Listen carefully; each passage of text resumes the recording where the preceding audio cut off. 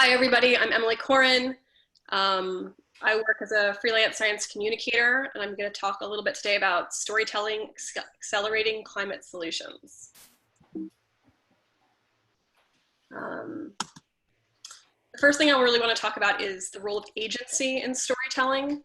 So we have a lot of different kinds of story models, but for moving large groups of people efficiently and effectively towards shared goals for sustainability, and this has a lot to do with different target audiences in different regions. How we move all of that forward effectively together has to do with agency and storytelling. So I'm going to talk a bit about that in a minute.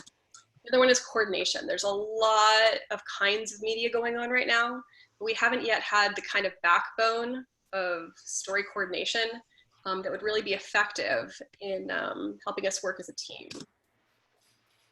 So this is my description of how we move into agency as a story model. A lot of the media stories we have right now are framed as like hero, villain, victim stories. That's just one example. I know there are many kinds of storytelling, but what I really want to highlight here is that using iterative goal setting short-term and long-term goals and periodically reevaluating them. This is the chart on the right-hand side of my screen. Over here.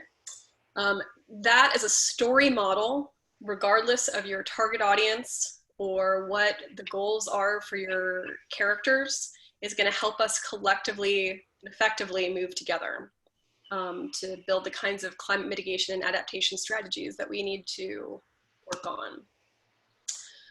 So I had a paper published kind of recently, and I just want to go through this really, really fast. But we have some academic recommendations. This is basically a review of a whole lot of different research, condensed as efficiently as I could. The stories overall, they need to focus on the solutions, not the problems. So for example, we can talk a little bit about, some of the climate impacts, but largely our audiences have so much anxiety that it's actually been kind of a barrier to engagement.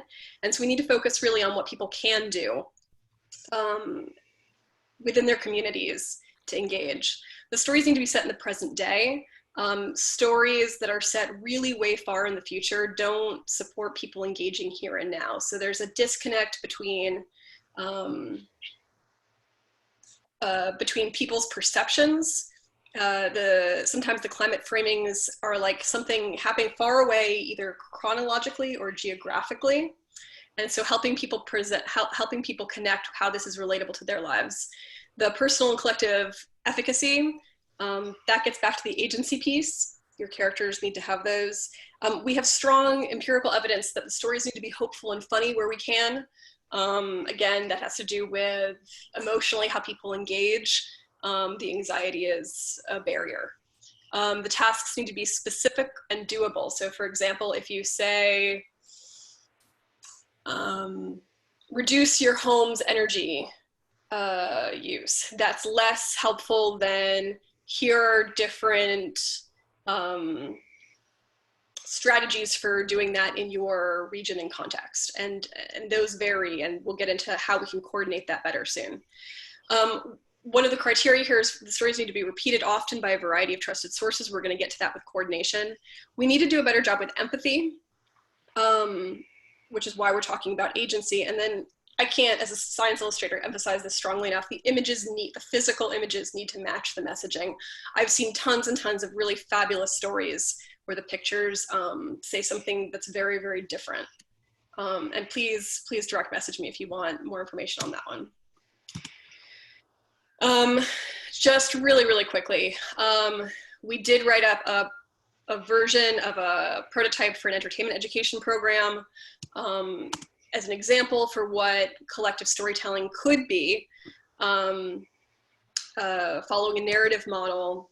And these are just some screenshots from the concept art. But overall, I think what we really need to focus on is sort of the story mapping. So this is rough. This is the current sketch that we're working from. And please, at the end of the talk, we're going to hopefully get people to jump in here. But the story coordination piece, this is actually one of the COVID 19 maps that we're just sort of modifying right now for the point of perspective, but there's so much information here about how different, so regional, my point was regionalizing the health impacts, climate solutions, climate education pieces, which is where a lot of people in the conversation here come in. And then the news stories. And so the trick is going to be to coordinate this, and the entertainment education pieces, which has been the focus of most of my work over the last couple of years, is a way to contextualize this for different regions and target audiences in a more complex way. And all of this as a system needs to be a feedback cycle. So this is not built yet, but I'm hoping that as a collective team, we can work on it and improve the coordination for storytelling.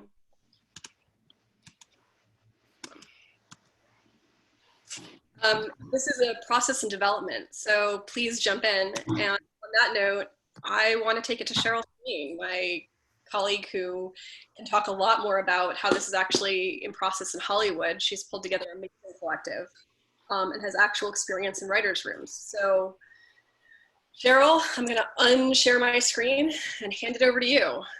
Thank you so much for joining us today. I really appreciate it.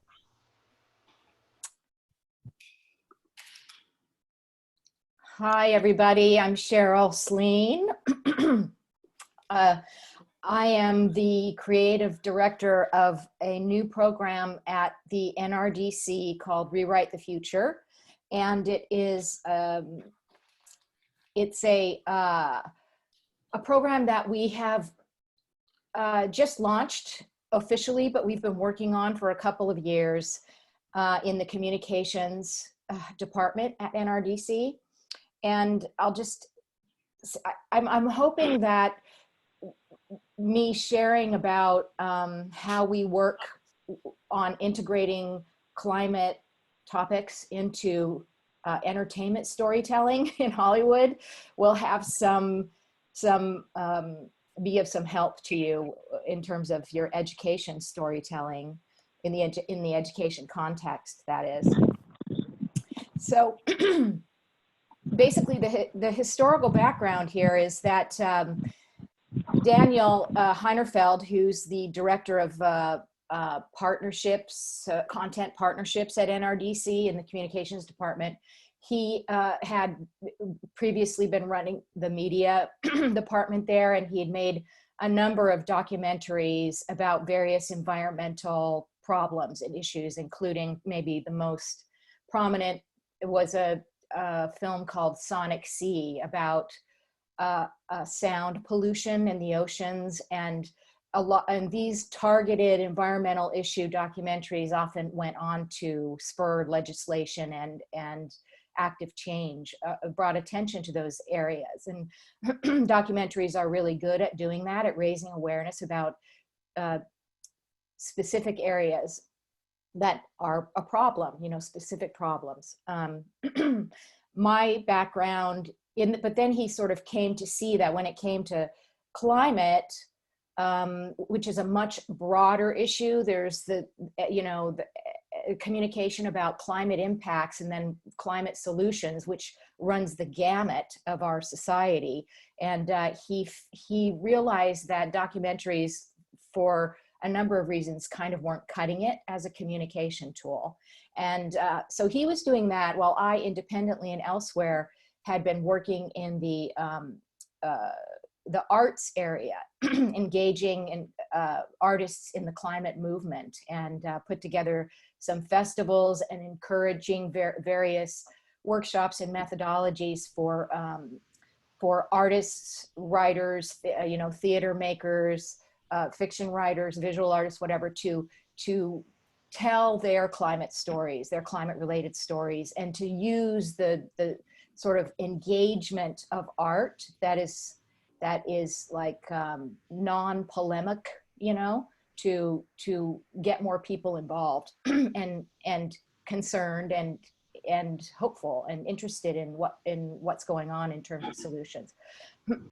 So while I was doing that work and making arts projects, I'm a filmmaker and playwright myself, making arts projects that were addressing climate for like 100 people at a time. You know, I thought, you know, Hollywood would be really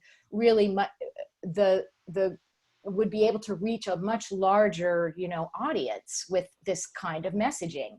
So I was doing that independently, and then a mutual friend introduced the two of us, and we've been working on this strategy together that has developed into a bona fide but small program at NRDC called Rewrite the Future. So when we decided to start working on this, we went through an R&D phase, which we are still in and will continue to be in, basically surveying the entertainment education and social impact education landscape out there, looking at the various practices and practitioners, and also surveying media impact research. We had to do some self-education there about how entertainment storytelling, fiction storytelling specifically, actually affects people, you know, and how it can be a powerful, influential tool.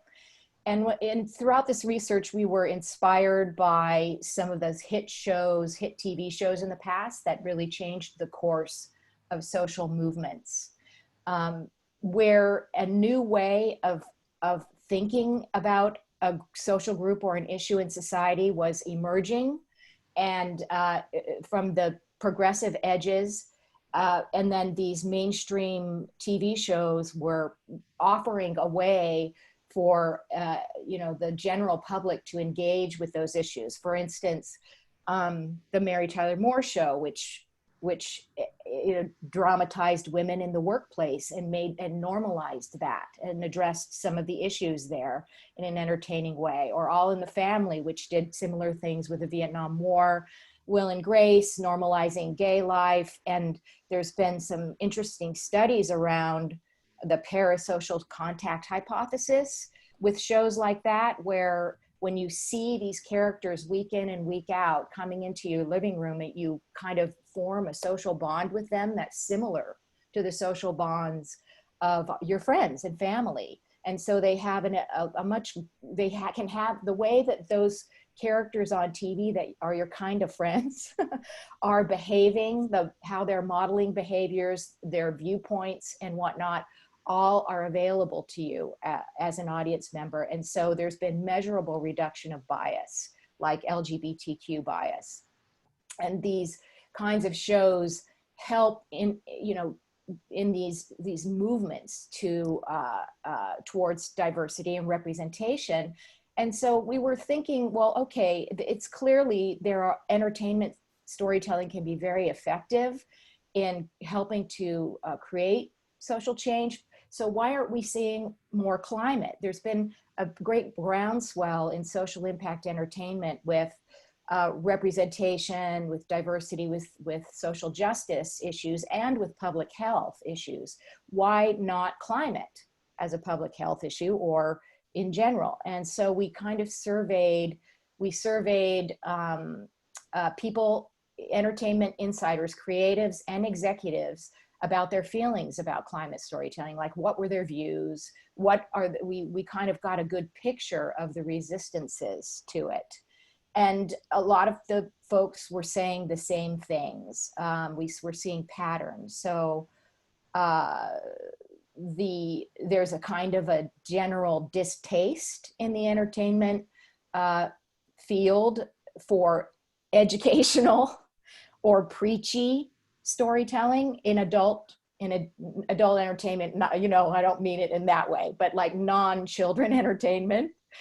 That sort of intention is antithetical to making hits, and they all want to make hits.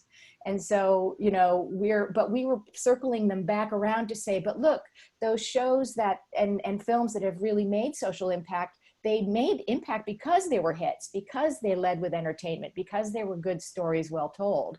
So you don't have to stop doing that. You need to lead with all of your skills for being telling entertaining stories. You're just changing your intention a little bit. And so, but there's this real need for a light touch, a kind of a stealth approach to any educational content that we learned.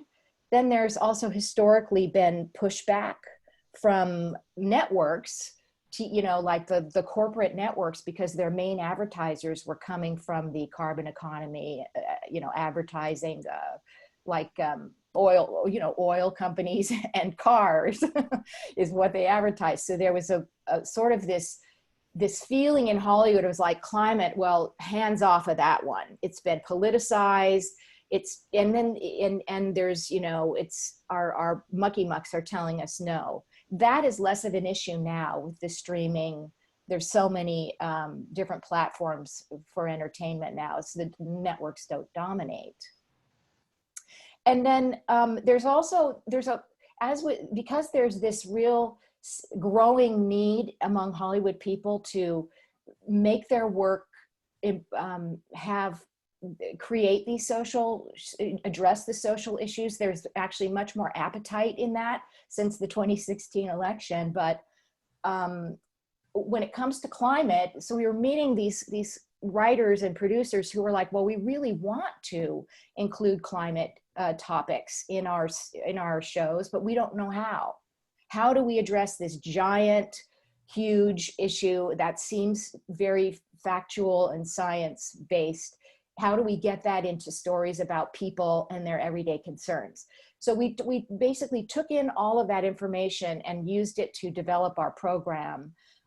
We basically found that storytellers were limited, limited in the way they were thinking about what climate stories could be, like apocalypse, disaster stories, gloom and doom. And it's part of our mission now to broaden that thinking about how they can possibly address climate. There's really almost no storyline that is not available to some climate impact, or as Emily said, solutions, detail, ranging from, you know, what we call meaningful mentions, which would be just getting the folks on sitcoms and family dramas to start talking about this issue and how they feel about it, like the way we do at home, like the way those writers do at home.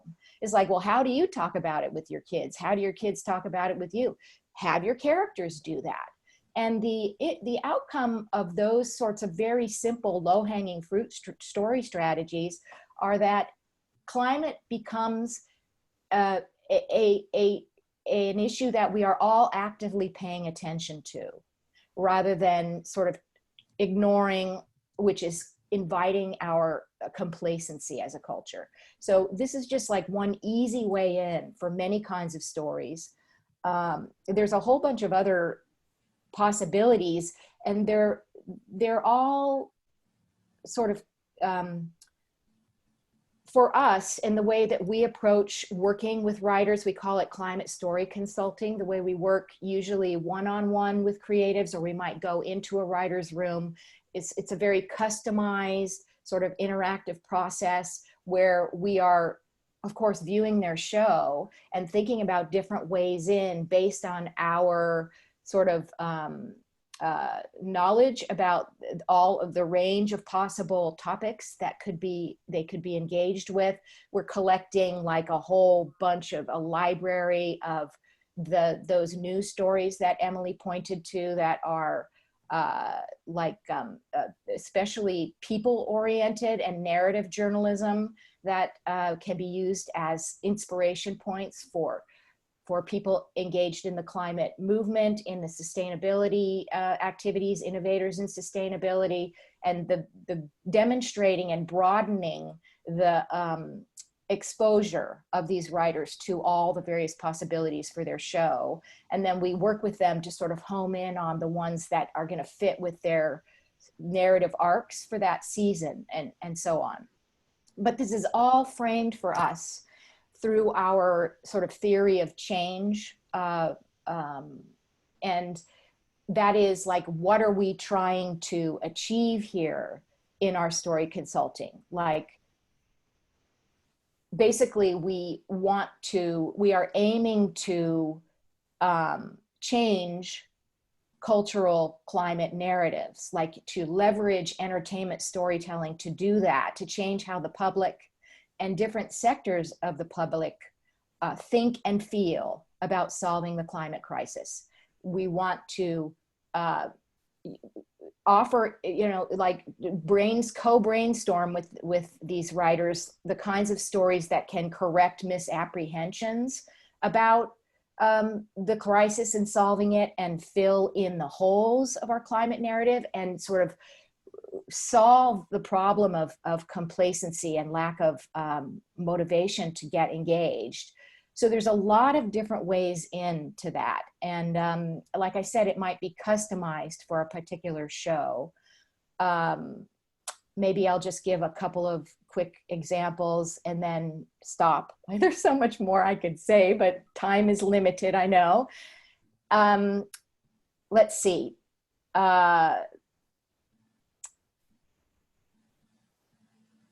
For example, so we want to correct this sort of popular kind of mainstream framing of the crisis that we're seeing in a lot of news media, and in also the way cultural leaders are talking about the climate crisis, that or in economic leaders, political leaders, that it's too hard or too expensive to solve, and therefore we're all doomed, and rather to reframe it as an opportunity to leave this old dirty technology behind and innovate, and this new regenerative economy with cool innovation, lots of new jobs, and so on.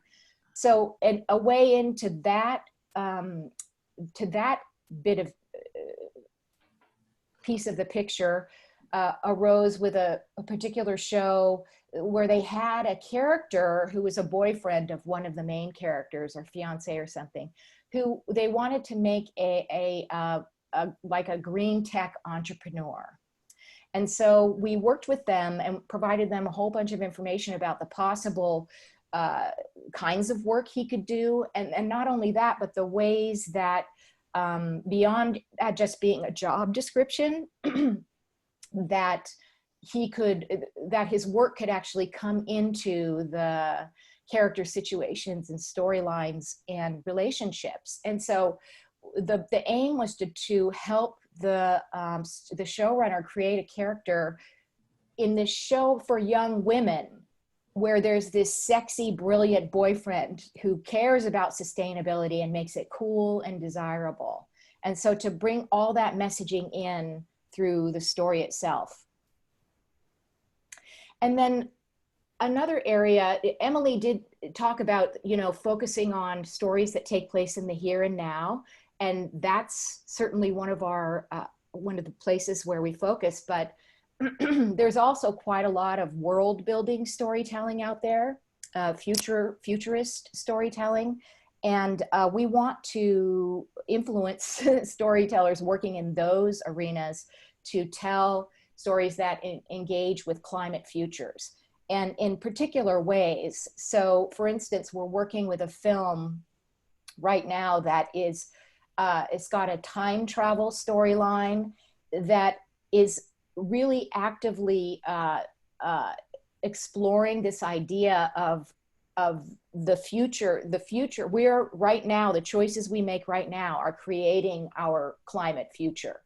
And so in this time travel story, the story is directly linking the choices that are made in the now of the story by the characters with the future we see when that character is older and living in 2050 or whatever, in the kind of world that she has inherited. And so she gets a chance to go back in time and make some key changes, with sort of a political and UN type of storyline, to sort of make some key changes that create a better future, and we get to see the better future. So allowing audiences to envision these alternate futures and really attributing those futures to the things that we do or don't do now, and just showing all of that really literally on screen so people can see it and then feel the impacts emotionally by showing characters going through those impacts, things like that. There's like a whole bunch of ways in, and I won't bore you with it anymore, but I'm going to just share, a link where you can check out our some of our information and sort of public facing messaging that talks about all the different things we offer. We do events, we do climate storytelling, and we're always engaging with people like Emily to sort of revise our methodology and messaging. So here's our website. It's all in progress. It's brand new. We just launched it at Sundance in January, but yeah, so it's an iterative process. Thank you so much, Cheryl. That was wonderful. I want to thank you for bringing up a couple of really good points. One is that this process is iterative, so frequent feedback from a variety of stakeholders provides a robustness to this work that is irreplaceable. So all of you working in all of your different subspecialties, please join in the process so that we can collectively move this efficiently forwards. Cheryl, thank you for bringing up social modeling as an effective tool for shifting cultural norms. Entertainment education has 30 years of evidence-based research that shows that that is effective, really, really effective. Also, I want to talk about, thank you, Cheryl, for bringing up the transitions between stories, because while I did talk a little bit about what the stories need to be now, you're right that there's a lot of creative ways of showing transitions from where we are now to where hypothetical sustainable futures are. And I think that's one of the ways that the creative process really does begin to get into this, and why we need those perspectives in this conversation, because this is a social change. It's not fixed points in time. This is a social transition that we need to do all together as a society. And that's one of the reasons that I'm interested in the collaboration in cycles part, and how we track from a research perspective, how we track those changes and coordinate them. Because what we know from science communication research is that these are best done as two-way communications, as dialogue with the public, that these are not top-down discussions, that these are processes that shift over time. And that the best that we can accommodate that, the better this is going to go. The dose dependency. So how frequently we can get the messages into stories, and the diversity of kinds of information we can get are all factors. I think the dose dependency is one of the things that's been a challenge for the communications. It's one of the reasons that I was proposing entertainment education as a model, because we get a much more like denser amount of information per content than single iterative points per story. But actually, if we're looking structurally, both of those are important and they need to be coordinated all as a set. So thank you for bringing that up, Cheryl. We have a little bit of time left. I want to hear all of your ideas. Questions, please. Yes, Jim Callahan. A question, really looking for help on this one. We're encountering, talking with PBS and a lot of the institutions that do broadcasting and so on, when it comes to climate solutions, when it comes to taking action, however people call that, it's sort of in the mindset that that is going to be led and done by people who are in the age group of 30 to 70. Okay, how do children, how do students, how do young people get a voice in this? We have students who are helping the National Gallery of Art protect some of the most precious artwork in America. The dollar bill, the original painting of George Washington, right?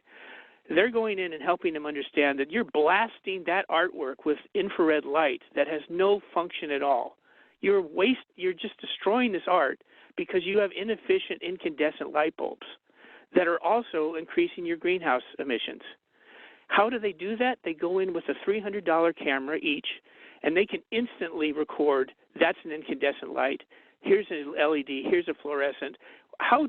Why are we putting incandescent lights on these precious art fixtures and destroying our environment? But that children can do that is something that's just not in people's mindset. How do we get past that? I don't know if you have any thoughts here, Cheryl, but just real quick, Jim. I think that the citizen science and engagement work here is one of the engagement tools that we have for including both a different sets of audience groups. It's not one target audience group, it's all of us all together. So we really need visualizations of all the different target audience groups in parallel. And you're bringing up several good different possible audience and sets. And I think that we need to integrate the citizen science projects into this a little bit more effectively than we have so far. I'm looking forward to figuring out how we can tie that in. Washington in Alaska, and we work with citizen science projects with two different kinds of audiences. One, K through 12 audiences who are monitoring berries for subsistence, and berries are super important for the diet of Native Alaskans, but all Alaskans really are not all, but most Alaskans are involved in berry picking. So we have this project, an Arctic berry harvest project, where students are tracking an individual plant and the berries on that plant to see how the berries are changing, both with respect to condition and abundance over time. And then we have this citizen science storytelling piece with that as well. Dr. Katie Spellman, Elena Sparrow, and another ecologist, Krista Mulder, are part of this project. And what the students do is they make their scenario storytelling process where they tell the data, the story of their data for their own individual plant, and then for the 20 plants that their school has. And then we have 28 communities doing this across Alaska. So we actually do a data jam session. Get it? You know, berries, jam. And so the students tell the story of what happened at their site, compare it to another site, which differs based on climate, snow, and all these ecological factors that would make the berries different. And then over time, they have 2-3 years of data. And then it culminates in this futures thinking lesson, where students think about what would happen if the trajectory continued, where their berries, basically we have our growing degree days are increasing. We've got about a month longer of the growing season. So what's happening to our berries in Alaska in various places is that they're actually starting to rot much faster. It's a wet spring, and then it's also a wet fall. And so they're not available to people and animals throughout the winter because they're not freezing while they're still ripe. So these students are realizing, okay, this is a problem, but we discovered the problem. The students discovered the problem, right? And so then they tell the story about what would happen if we do nothing. And then they do a scenario story of, okay, pretend you're 20 years from now, you know, they think about it, it's really silly. Do they have a mustache? You know, how do they get their food? Where do they get their food from? How much does their food cost? And then they come up with the best berry future. Like, what would they need to do so that those berries can still be ripe when they need to harvest them? So we've collected stories from across these communities, and we do a felt storytelling piece as well in a community night. So the students can gather their community members and they make a little symbol of the story. And these are all, I can share in the link page here on the participant chat box, the website for these stories. But it's been really a fun project, and I know that we're going to be looking to publish pretty soon some of the results to it, because we're actually comparing different groups of pedagogically with a citizen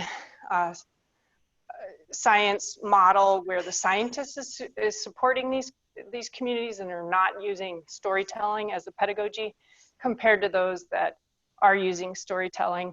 And then the third group is just the teacher decides what the teacher wants to do without much involvement from the scientists.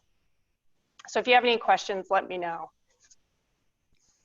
Cheryl, this is Karen Holwig, and I've been dabbling in media literacy a little bit more lately, and I'm wondering whether any of these storylines that you've been thinking about and working on have to do with bringing things that characters have read in the newspaper or seen on TV into the scripts so that people can build a better repertoire of thinking about how to read the newspaper, how to gain information, how to think about science and how it meshes with media?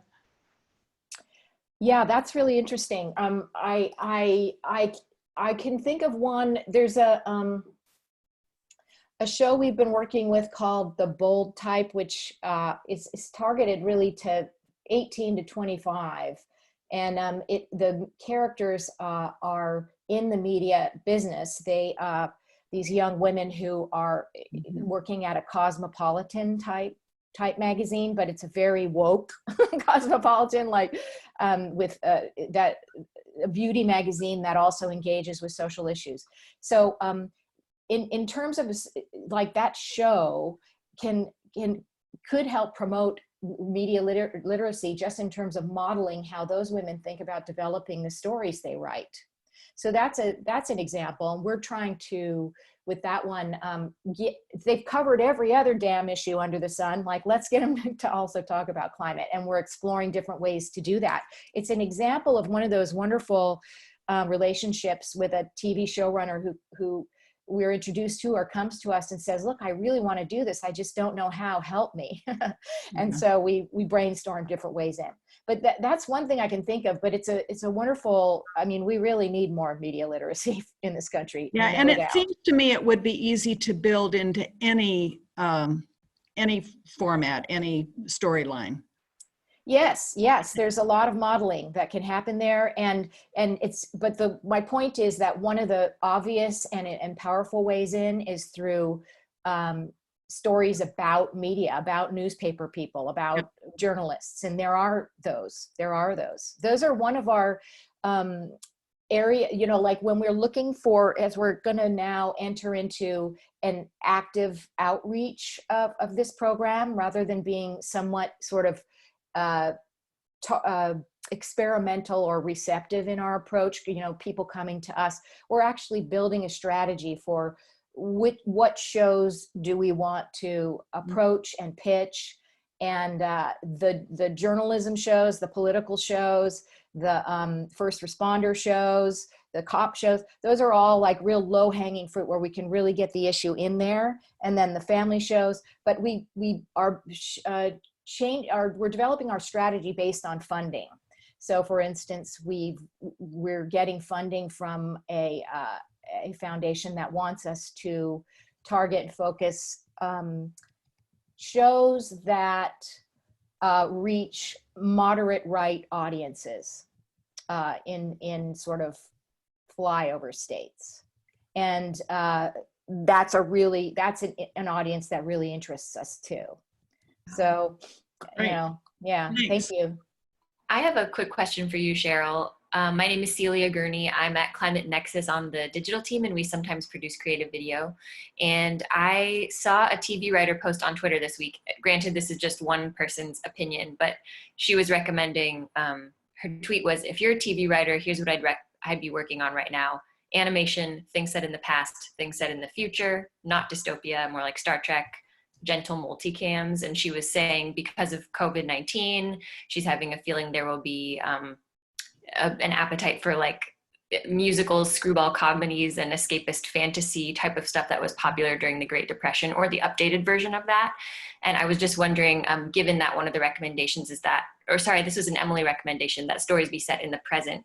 Do either of you have, like, are you recommending anything slightly different because of COVID, or how do you think, yeah, I guess just how do you see COVID changing things, if at all, in terms of Oh, yeah. Well, that's a TBD. That is definitely, we're thinking about that. We're in process thinking about that, and sort of looking at the leaders and, in the environmental movement, like Bill McKibben just wrote an interesting piece about that, about how the pandemic can be framed through the environmental lens, as being an outcome of the way that we culturally relate to wilderness and wildlife, and the destruction of habitats has directly led to this disease. But so things like that, we're just starting to process how that's going to change things. Definitely the pandemic situation is changing our strategy, like our events, how are the events that we're planning on upcoming in the summer, what's going to happen with, are we going to go online, etc. But in terms of Climate Nexus, we have been talking to your directors and stuff, your higher ups, about partnering with you guys, because you are such an incredible resource for those day-to-day stories all across the climate and sustainability spectrum, which we want to have be, as a resource. And we need help building that library, so that we're not sort of doing a whole bunch of research each time we do a climate consult. We have like some friends who can help us with that, finding those journalism stories that really apply to that show's milieu and interests. Does that make sense? So I look forward to, I'll probably be talking to you in future. Looking forward to it. Thanks. It's pretty close to the top of the hour. Maybe time for one or two more questions. I want to put in just a quick note about physical production. We have to get labor rights secured all the way through physical production. I was talking to some friends about how the labor unions are affected in Hollywood, because we have journalistic structures for how to work through crises. So working with the physical producers within Hollywood so that we can get some sort of tier structure, so that we have a subset of people who can physically work through a variety of disasters. It's going to help us adapt this overall structure for climate. Yeah. Don, do you see any more questions? Yeah. Hey, Don, I got one. This is a real quick one. This is Frank over at NOAA. One bit of the COVID connection to climate change that might be happening, but it requires some digging in, is there's a disproportionate mortality rate of African Americans in the United States relative to this issue. And one of the issues there is that, why are their lungs more vulnerable? And part of it could be, environmental justice issues relative to asthma and other health issues. So that the intersection of these issues, while the cause isn't the same, but the fact that air pollution leads to climate change, and air pollution leads to poor health outcomes and more vulnerability with certain populations that have a disproportionate death rate. That there's this idea that one of our colleagues at the Climate Interactive was talking about multi-solving. This idea that you have a cascade of problems and a common solution that has cascade of benefits. It's not co-benefit, it's multi-benefit and multi-solving. So I don't know if that frame helps, but the more we do to solve air pollution, the more less it's a longer range issue, but there is it seems to be a relationship between these issues within a societal context. So I just, that seems to be popping right now. The governments aren't collecting the demographic data yet to really be able to draw those lines all the way, but it's a story that's definitely seems to be happening. Yes, and those are stories that impact families, individuals, and those are really available to narrative storytelling. That's exactly the kind of story that we want. We're partnering with the Center for Cultural Power and other groups who are focused on climate justice and intersectional issues just like this, and they're really experienced in how to tell those kinds of intersectional stories. It's all with storytelling. It's all about finding the environment, you know, like the setting, the people, their concerns, their actions. It all comes through people and their relationships. So real world stories that affect people are the ones that we're looking for and we collect in our IP, in intellectual property and resource library. Thank you, Awesome. Frank. That's a great point. Thanks, and thanks. Thank you. For presenters and Hey, everyone Emily, else. I'm sorry to interrupt you, Don, but I just wondered, Thank you did you want to give people information at some point about your book? Oh, yeah, this work is going to be, thanks, Cheryl. I do have interest from a publisher to expand the textbook chapter into a book. It's document and facilitate the process that's happening here now. I'll put a note out on the listserv so everybody can chime in. Yeah. Thank you all so much for having me. It was really great to be here with you, and I hope to please see our website for more information and to contact me. Maybe there's some of our resources that would be helpful for your applications, and I definitely want more stuff like what Frank just offered that we need to keep track of. Yeah, Thank you. Thank you both for presenting. This was so great. And I know we lost Don. I think his internet connection signed off. So just wanted to say thank you both. We really appreciate it. And yeah, I'm sure we'll have more of these conversations in the future and through our email list as well. So yep. Thanks, everyone. Thank you. Have a good one. Community space.